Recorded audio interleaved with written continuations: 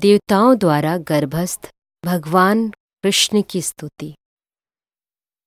राजा कंस ने न केवल यदु, भोज तथा अंधक वंशों के राज्यों तथा शूरसेन के राज्य को अपने अधिकार में कर लिया, अपितु उसने अन्य सभी आसुरी राजाओं से मैत्री भी स्थापित की।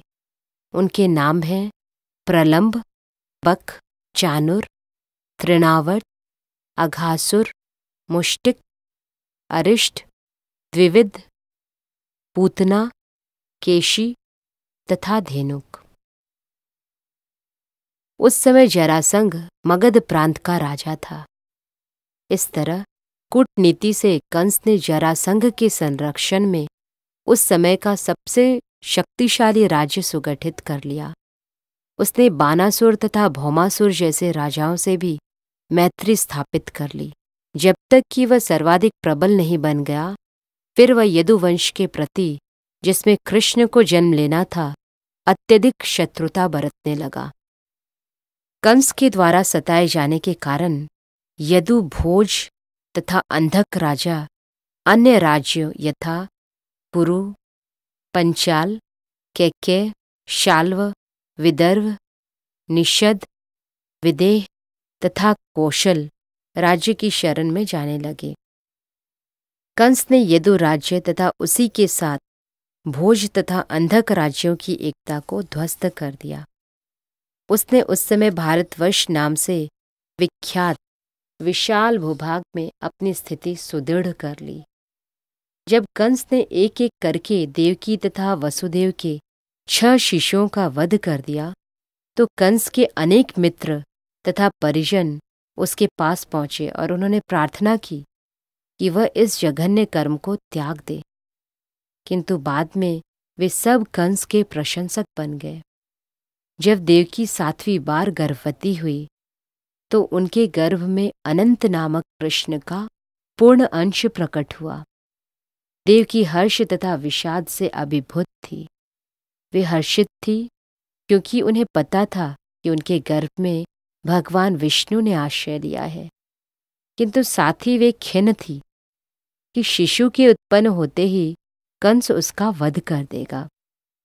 उस समय भगवान श्री कृष्ण ने कंस के द्वारा किए गए अत्याचारों से यदुओं को भयभीत स्थिति पर दयालु होकर अपनी अंतरंगा शक्ति योग माया को प्रकट होने का आदेश दिया। कृष्ण संपूर्ण ब्रह्मांड के स्वामी हैं, किंतु यदुवंश के वे विशेष रूप से स्वामी हैं। योग माया भगवान की प्रमुख शक्ति है। वेदों में कहा गया है कि श्री भगवान की अनेक शक्तियां हैं। परास्य शक्ति विविधैव श्रूयते। ये विभिन्न शक्तियां बाहर तथा भीतर से कार्य कर रही है और योग माया समस्त शक्तियों में प्रमुख है। उन्होंने आदेश दिया कि योग माया व्रजभूमि वृंदावन में अवतरित हो, जो सदैव सुंदर गौओं से पूरित तथा सुशोभित रहता है। वसुदेव की एक पत्नी रोहिणी वृंदावन में राजा नंद तथा रानी यशोदा के घर में निवास कर रही थी। कंस के अत्याचारों से भयभीत होकर न केवल रोहिणी अपितु अन्य अनेक यदुवंशी सारे देश में बिखर चुके थे। कुछ तो पर्वतों की गुफाओं में रह रहे थे। अतः भगवान कृष्ण योग माया से इस प्रकार बोले, देवकी तथा वसुदेव कंस के कारागार में बंदी हैं और इस समय मेरा पूर्ण अंश शेष देवकी के गर्भ में है। तुम शेष को देवकी के गर्भ से रोहिणी के गर्भ में स्थानांतरित कर सकती हो। इस व्यवस्था के बाद मैं अपनी समस्त शक्तियों के सहित स्वयं देवकी के गर्भ में अवतरित होने जा रहा हूँ। फिर मैं देवकी तथा वसुदेव के पुत्र के रूप में प्रकट होऊंगा। तब तुम वृंदावन में नंद यशोदा की पुत्री के रूप में प्रकट होना। चूंकि तुम मेरी सहभगिनी के रूप में जन्मोगी और चूंकि तुम शीघ्र इंद्रिय तृप्ति की इच्छाओं की पूर्ति करोगी, अतः संसार के सभी लोग सभी प्रकार की मूल्यवान भेंटों तथा अगुर, बत्ती, पुष्प तथा यज्ञ की हवि से तुम्हारी पूजा करेंगे। जिन लोगों को भौतिकता से प्रेम है, वे तुम्हारे अंश के विभिन्न रूपों में, जो दुर्गा, भद्रकाली, विजया, वैष्णवी, कुमुदा, चंडिका, कृष्णा, माधवी, कन्यका, माया, नारायणी, ईशानी, शारदा तथा अंबिका नाम से अभिहित होंगे, तुम्हारी पूजा करेंगे। कृष्ण तथा योग माया भाई तथा बहन, परम शक्तिमान तथा परम शक्ति के रूप में प्रकट हुए। यद्यपि शक्तिमान तथा शक्ति में कोई स्पष्ट अंतर नहीं है, तथापि शक्ति सदैव ही शक्तिमान के अधीन रहती है। जो लोग भौतिकवादी हैं वे शक्ति के उपासक हैं, किंतु जो अध्यात्मवादी हैं वे शक्तिमान के पूजक हैं। कृष्ण परम शक्तिमान है और भौतिक जगत में दुर्गा परम शक्ति है। वास्तव में वैदिक संस्कृति में लोग शक्तिमान तथा शक्ति दोनों की पूजा एक साथ करते हैं। विष्णु तथा देवी के ऐसे लाखों मंदिर होंगे और कहीं कहीं तो इन दोनों की एक साथ पूजा की जाती है। शक्ति दुर्गा अथवा कृष्ण की बहिरंगा शक्ति के उपासकों को सरलतापूर्वक सभी प्रकार की भौतिक सफलताएं प्राप्त हो सकती है, किंतु यदि कोई आध्यात्मिक दृष्टि से ऊपर उठना चाहता है तो उसे कृष्ण चेतना के अनुसार शक्तिमान की ही पूजा करनी चाहिए। भगवान ने योग माया से यह भी घोषित कर दिया कि उनका पूर्णांश अनंत या शेष देवकी के गर्भ में स्थित है। रोहिणी के गर्भ में बलपूर्वक ले जाए जाने के कारण वे संकर्षण कहलाएंगे और वे समस्त दैवी शक्ति या बल के स्रोत होंगे, जिसके द्वारा लोग जीवन का सर्वोच्च आनंद, जिसे रमन कहते हैं, प्राप्त कर सकेंगे। अतः पूर्णांश अनंत अपने अवतार के पश्चात संकर्षण या बलराम नाम से प्रसिद्ध होंगे। उपनिषदों का कथन है, नायात्म बलहीनेन लभ्य। तात्पर्य यह कि कोई परमेश्वर या किसी प्रकार के आत्म साक्षात्कार के परम स्तर को तब तक प्राप्त नहीं कर सकता जब तक बलराम की पर्याप्त कृपा प्राप्त न हो। बल का अर्थ शारीरिक शक्ति नहीं है, न ही शारीरिक शक्ति से किसी को आध्यात्मिक सिद्धि मिल सकती है। उसमें आध्यात्मिक शक्ति होनी चाहिए, जो बलराम या संकर्षण द्वारा ही प्रदत्त की जाती है। अनंत या शेष उस शक्ति का स्रोत है जो समस्त लोगों को उनकी विविध स्थितियों में धारण किए रहती है। भौतिक रूप से धारण करने की यह शक्ति गुरुत्वाकर्षण कहलाती है, किंतु वास्तव में यह संकर्षण शक्ति का ही प्रदर्शन है। बलराम या संकर्षण आध्यात्मिक शक्ति या आदि गुरु है। अतः भगवान नित्यानंद प्रभु, जो बलराम के अवतार भी हैं, आदि गुरु हैं और गुरु भगवान बलराम का प्रतिनिधि होता है, जो आध्यात्मिक शक्ति प्रदान करता है। चैतन्य चैतामृत में इसकी पुष्टि की गई है कि गुरु कृष्ण की कृपा का प्राकट्य है। जब भगवान ने योग माया को इस तरह आदेश दिया तो उसने उनकी प्रदक्षिणा की और तब उनकी आज्ञा अनुसार वह इस भौतिक जगत में प्रकट हुई। जब भगवान की परम शक्ति योग माया ने शेष को देवकी के गर्भ से रोहिणी के गर्भ में स्थानांतरित किया तो वे दोनों ही योग माया के वश में थी, जिसे योग निद्रा कहते हैं। जब ऐसा हो चुका तो लोगों ने समझा कि देवकी का 7वां गर्भ विनष्ट हो गया। इस तरह यद्यपि बलराम देवकी के पुत्र रूप में अवतरित हुए, किंतु रोहिणी के गर्भ में स्थानांतरित किए जाने के कारण उनके पुत्र कहलाए। इस व्यवस्था के बाद अपने निष्काम भक्तों की रक्षा करने के लिए सदैव तत्पर रहने वाले भगवान श्री कृष्ण ने अपनी पूर्ण अचिंत्य शक्तियों सहित संपूर्ण सृष्टि के स्वामी के रूप में वसुदेव के मन में प्रवेश किया। इस प्रसंग में यह ज्ञातव्य हो कि भगवान कृष्ण पहले वसुदेव के निष्काम हृदय में प्रविष्ट हुए और तत्पश्चात देवकी के हृदय में स्थानांतरित हुए। वे देवकी के गर्भ में वीर्य द्वारा स्थापित नहीं हुए थे। भगवान अपनी अचिंत्य शक्ति से किसी रूप में प्रकट हो सकते हैं। उनके लिए अनिवार्य नहीं कि वे स्त्री के गर्भ में वीर्यक्षेपण की सामान्य विधि द्वारा प्रकट हो।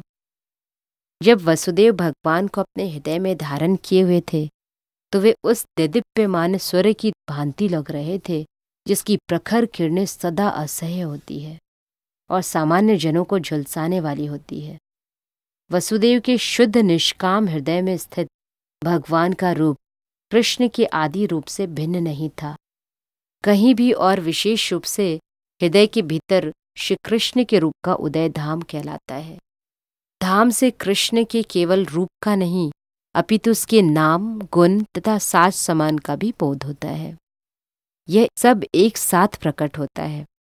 इस प्रकार भगवान का शाश्वत रूप अपनी पूर्ण शक्तियों समेत वसुदेव के मन से देवकी के मन में उसी तरह स्थानांतरित हुआ जिस प्रकार अस्त होते हुए सूर्य की किरणें पूर्व में उदय होने वाले पूर्ण चंद्रमा में चली जाती है। भगवान कृष्ण वसुदेव के शरीर से देवकी के शरीर में प्रविष्ट हुए। वे सामान्य जीव की परिस्थितियों से परे थे। चूंकि कृष्ण वहाँ थे, अतः यह समझना चाहिए कि उनके सारे पूर्ण अंश यथा नारायण तथा सभी अवतार यथा नरसिंह, वराह इत्यादि उनके साथ साथ थे और उन पर भी इस जगत की परिस्थितियां काम नहीं कर रही थी। इस प्रकार देवकी उन भगवान का वासस्थान बन गई जो अद्वितीय है और सारी सृष्टि के कारण है। यद्यपि देवकी परम सत्य का वासस्थान बन गई, किंतु कंस के घर के भीतर रहने के कारण वे शमित अग्नि या दुरुपयुक्त विद्या की भांति दिखाई पड़ती थी। जब अग्नि किसी पात्र में रखी जाती है या किसी घड़े में रखी जाती है तो अग्नि की प्रकाशमान किरणें नहीं दिखती। इसी प्रकार वह दुरुपयुक्त ज्ञान जिससे सामान्य जनता को लाभ नहीं पहुंचता प्रशंसित नहीं होता। इसी प्रकार देवकी कंस के महल के कारागार की दीवालों के भीतर रखी गई थी, जिससे कोई भी उनके दिव्य सौंदर्य को देख नहीं सकता था जो उनके गर्भ में भगवान के आने से उत्पन्न हुआ था। किंतु कंस ने अपनी बहन के इस दिव्य सौंदर्य को देखा और वह तुरंत इस निष्कर्ष पर पहुंचा कि भगवान ने उसके गर्भ में शरण ले ली है। इसके पहले वह इतनी अधिक सुंदर कभी नहीं लगी थी। वह स्पष्ट रूप से समझ गया कि देवकी के गर्भ में कोई कुतूहल पूर्ण वस्तु अवश्य है। अतः कंस विचलित हो गया। उसे विश्वास था कि भविष्य में उसका वध करने वाले भगवान का आगमन हो चुका है। कंस सोचने लगा, अब देवकी का क्या किया जाए। उसके गर्भ में निश्चित रूप से विष्णु या कृष्ण है, अतः यह निश्चित है कि कृष्ण देवताओं का उद्देश्य पूरा करने के लिए आ गए हैं। यदि मैं तुरंत देवकी का वध कर दूं तो उनका उद्देश्य विफल नहीं हो सकता। कंस भली भांति जानता था कि विष्णु के उद्देश्य को कोई विफल नहीं कर सकता। कोई भी बुद्धिमान पुरुष जान सकता है कि भगवान के नियमों का अतिक्रमण नहीं किया जा सकता। सारे असुर चाहे कितने ही विघ्न क्यों न डाले, भगवान का उद्देश्य पूरा होकर ही रहेगा। कंस ने सोचा, यदि इस समय मैं देवकी को मारता हूं तो विष्णु अपनी परम इच्छा को अधिक तीव्रता से लागू करेंगे। देवकी को इस समय मारना सबसे घृणित कार्य होगा। भले ही कोई कितनी ही विषम परिस्थिति में क्यों न हो, किंतु वह अपनी ख्याति नष्ट करना नहीं चाहता। यदि इस समय मैं देवकी को मारता हूं तो मेरी ख्याति नष्ट हो जाएगी। आखिर देवकी एक अबला है और वह मेरी शरण में है।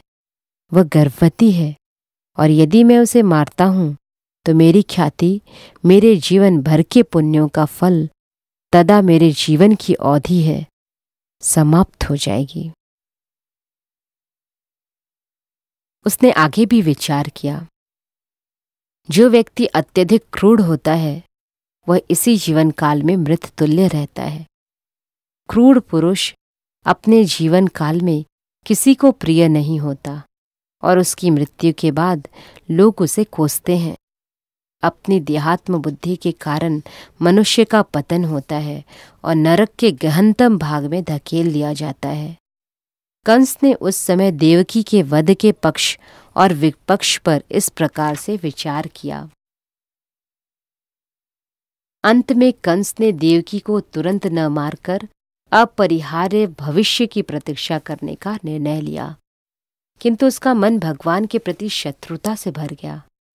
वह धैर्यपूर्वक शिशु जन्म की प्रतीक्षा करने लगा, जिससे वह उसका वध कर सके, जैसा कि उसने देवकी के अन्य बालकों के साथ किया था।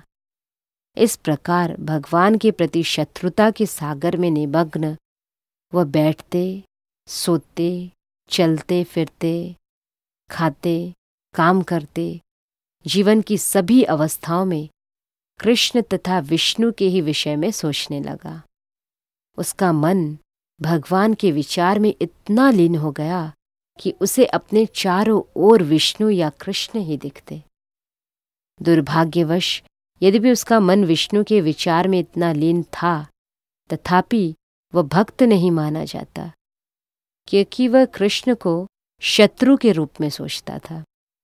महान भक्त के मन की दशा भी ऐसी ही होती है कि वह सदैव कृष्ण में लीन रहता है, किंतु वह भक्त भगवान के अनुकूल सोचता है, प्रतिकूल नहीं। कृष्ण के अनुकूल सोचना कृष्ण भक्ति है, किंतु कृष्ण के विपरीत सोचना कृष्ण भक्ति नहीं है। उस